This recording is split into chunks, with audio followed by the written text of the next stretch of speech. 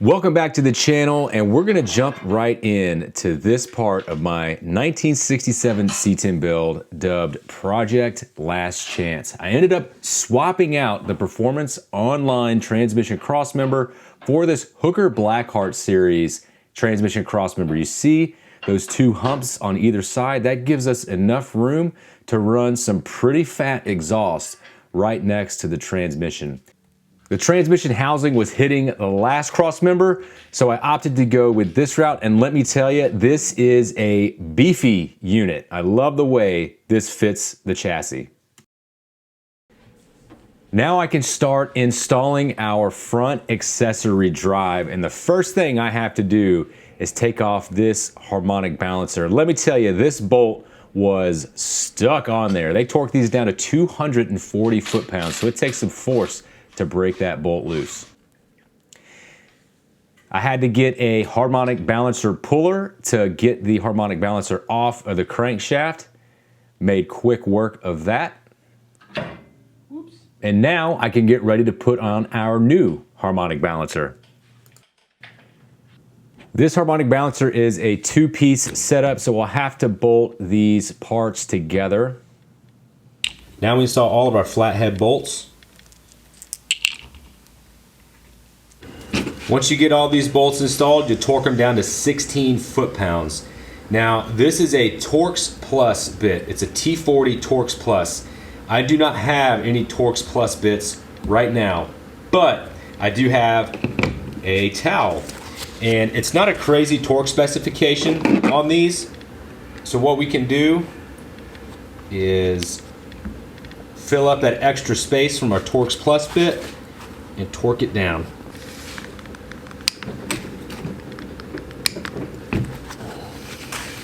No damage to the head.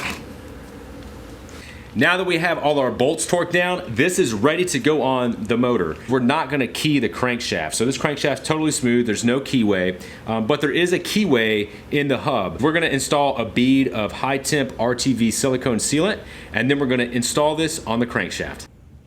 Once the harmonic balancer is in position, I can install the harmonic balancer installation tool and tighten this thing down.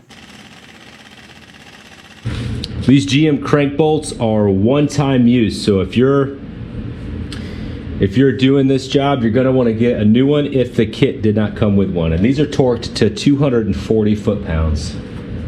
We're just gonna run it, man.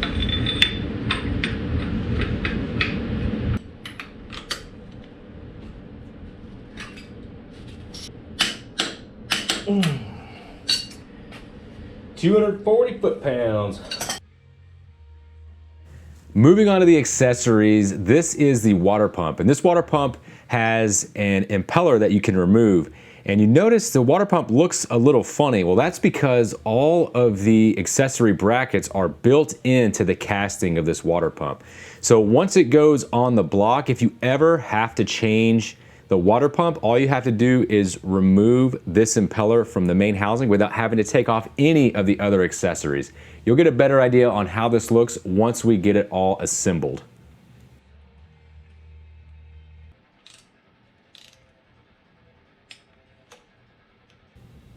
Now that the main housing is installed, we can put on our thermostat, our AC compressor, alternator, power steering pump, all the accessories to make this motor run.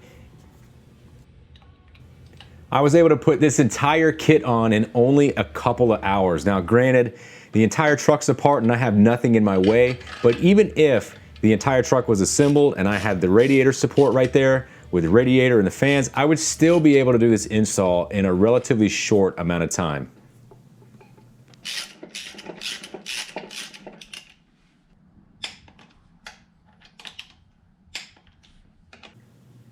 To put on this power steering pump pulley, I grabbed a bolt from my bucket of bolts and I used the bearing set from the harmonic balancer installation tool.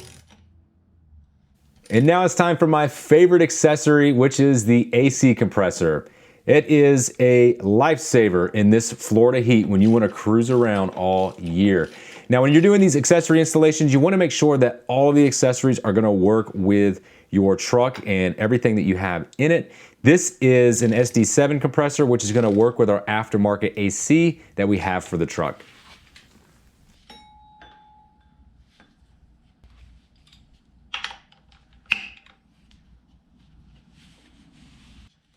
Once the belt goes on, I can finish up by installing our pulley covers and just the little detail pieces that really set this kit apart.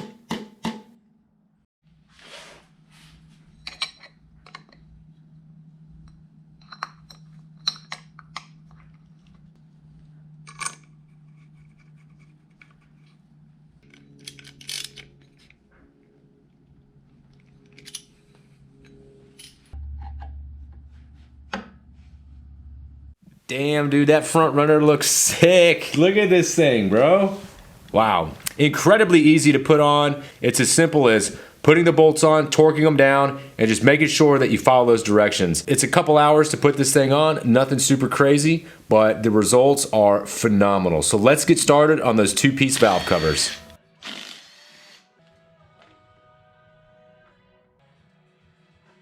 Look at how clean this valve train looks. Zero sludge buildup. I can't wait to get this truck on the road. LS valve covers use a reusable gasket, which is really nice. And they just have these 4 bolts that go down the center of the valve cover. And once you get them torqued down, there is essentially a 0% chance they're gonna leak. Now this set actually houses or hides the coil packs that the LS1 is gonna use. So we got our oil fill cap right here, and then we put on our coil packs, and now we get to put on our old school Chevrolet script valve cover. So this is a 2-piece valve cover, and it hides those coil packs to make this look more like a traditional small block, and I think it's gonna look really cool in this 67 C10. Just look at these valve covers.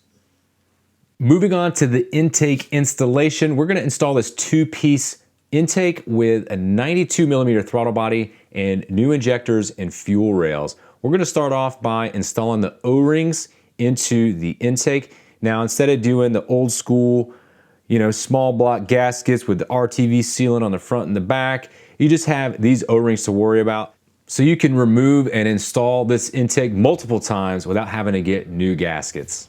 The instructions called for some assembly lube or some kind of lubrication in the threads, because keep in mind you're going into aluminum here, so you don't want that to seize up if you ever have to remove those studs for any reason. Once we get the nuts installed, there is a torque pattern you have to follow. And then when you do the top of the intake installation, it has a torque pattern you have to follow as well. Jumped over and started to assemble the fuel rails with a little bit of silicone spray on the end of the injectors just to help them slide in and make sure that O-ring wasn't damaged. The reason I started working on this was because I had to cut the O-ring to fit and glue it together for the upper part of this intake. But you see here, these injectors just pop in place on the intake, and then you torque these bolts down. I went with a single fuel rail inlet, so I capped off the driver's side of the fuel rail and installed this AN crossover. Here's that O-ring I was talking about. It was not an O-ring when I got it, just a piece of rubber. So I had to order this special super glue to make sure that it was cut and fit properly in there. But the top of the intake goes on, and again, you're going into aluminum, so the directions called for some lubrication. We torque them down to the specified torque pattern, and the upper part of the intake is installed. Also, the reason I went with this intake is because I want to add a turbo to this motor later on down the road. So this is a 92mm intake, and I want to upgrade to the 105mm intake, so now I can just replace the upper and the throttle body and not have to replace the whole intake. With the final bolts torqued down for the throttle body, the intake installation is done. Just look at how nasty this intake is. Now this is the high-rise intake. I could have gone with the mid-rise, but I wanted to do something a little different. Moving on to the radiator installation. So this radiator came with a shroud and some spall fans, but they don't have any mounting brackets or mounting holes. So I had to set them up, lay them out the way I wanted to, and then punch these holes, drill them out, and put on the hardware. So this radiator is specifically for LS swapped C10s. This will bolt right in place of the original radiator, but it moves the upper radiator inlet from the driver's side to the passenger side, and you don't have to run that upper radiator hose from the passenger side across the motor to the driver's side if you have a stock C10 radiator.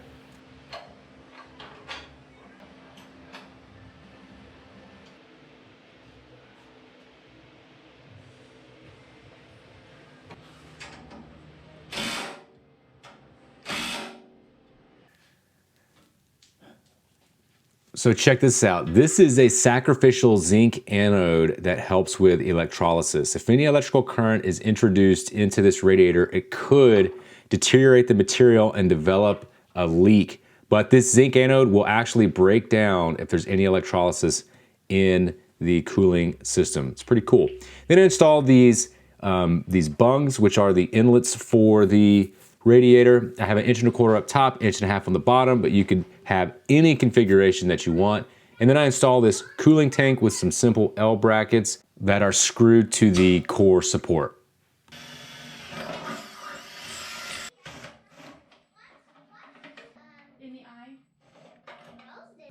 I had to make my own upper radiator hose out of two 90-degree 1.5 inch radiator hoses and join them with this inline coolant filter. I wanted to try this out to see if it would really make a difference in any trash or contaminants in the cooling system. Once I got everything assembled, I noticed there was a major problem, and the front runner was way too close to the electric fans and barely cleared the upper radiator hose and coolant filter. We're gonna order some Hooker Blackheart series engine mounts, and I think that's gonna drop our engine down a little bit and push it back so we get enough clearance from the back of the cooling fans to the front runner. Well, if you guys have any questions on this install, please drop a comment below and we'll get back with you as soon as possible. If you have any video suggestions or if you wanna get in touch with me, you can message me on Facebook or Instagram, but that's gonna do it for this video. We'll see you in the next one.